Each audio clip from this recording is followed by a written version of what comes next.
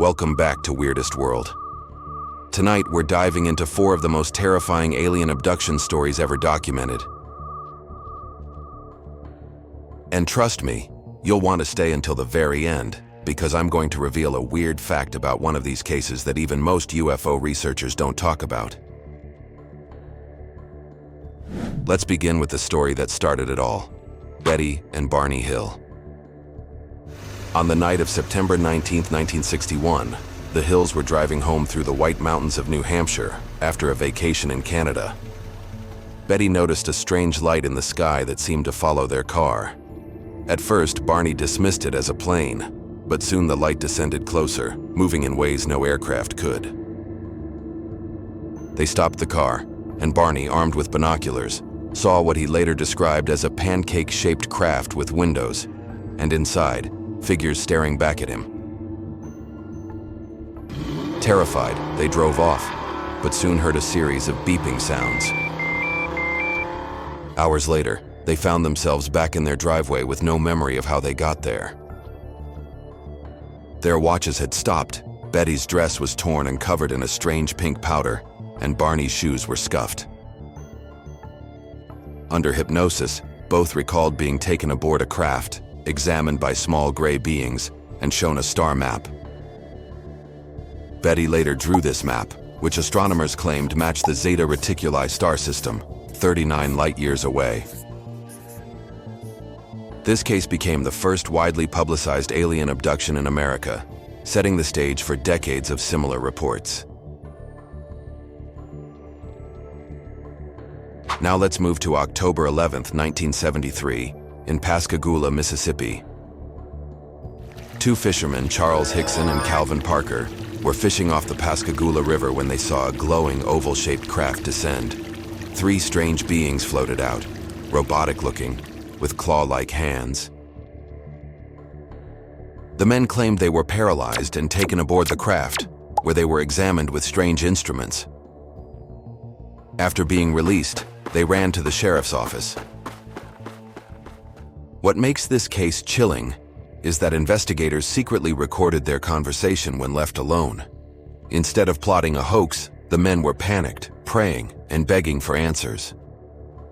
Parker, just 19 at the time, was so traumatized he avoided publicity for decades.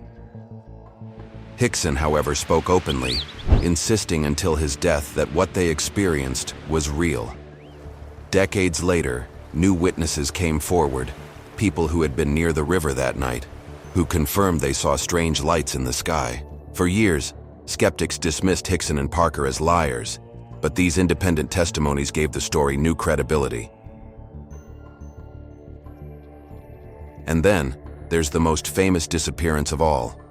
Travis Walton, November 5, 1975. Walton was a 22-year-old logger working with a crew in the Apache Sitgreaves National Forest in Arizona. As the men drove home, they saw a bright light in the trees. Walton got out to investigate and was struck by a beam of light. His co-workers fled in terror, but when they returned, Walton was gone. For 5 days he was missing, sparking one of the largest manhunts in Arizona history. When he reappeared, Walton claimed he had been aboard a craft, surrounded by small beings with large eyes. He described being examined, then later encountering human-like figures in a hangar-like room. His story was so shocking it became the basis for the 1993 film Fire in the Sky. To this day, Walton maintains his account is true, and several of his co-workers passed polygraph tests confirming they saw him taken. Skeptics argue about hypnosis, false memory, or even a hoax, but the sheer consistency of the witnesses' stories has kept this case alive for nearly 50 years.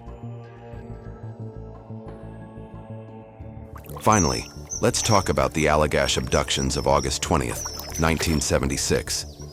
4 men, Jim and Jack Weiner, Charlie Foltz, and Chuck Rack, went camping in the Allagash wilderness of Maine. On their second night, they saw a bright object hovering over the lake. The next evening, while night fishing, they again saw the object. This time, they signaled it with a flashlight.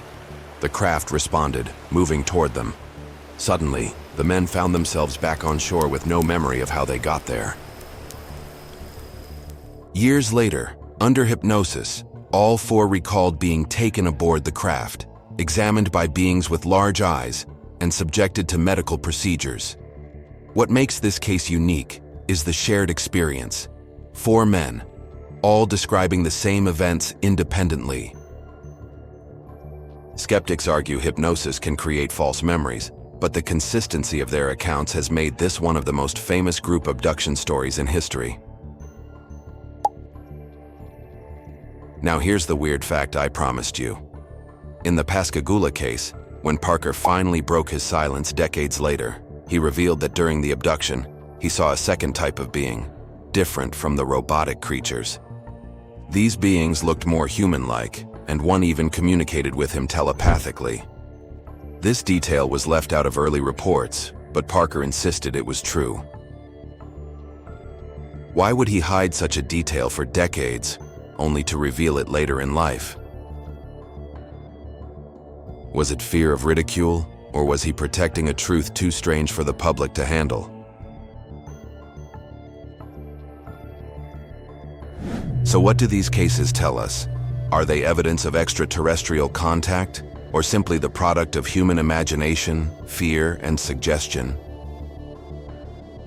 The truth is, despite decades of investigation, no one has ever been able to fully debunk these stories. And maybe that's why they continue to haunt us, because deep down we wonder if we're next. If you enjoyed this dive into the weirdest world of alien abductions, don't forget to like, subscribe, and share this video. And let me know in the comments, which of these stories creeps you out the most?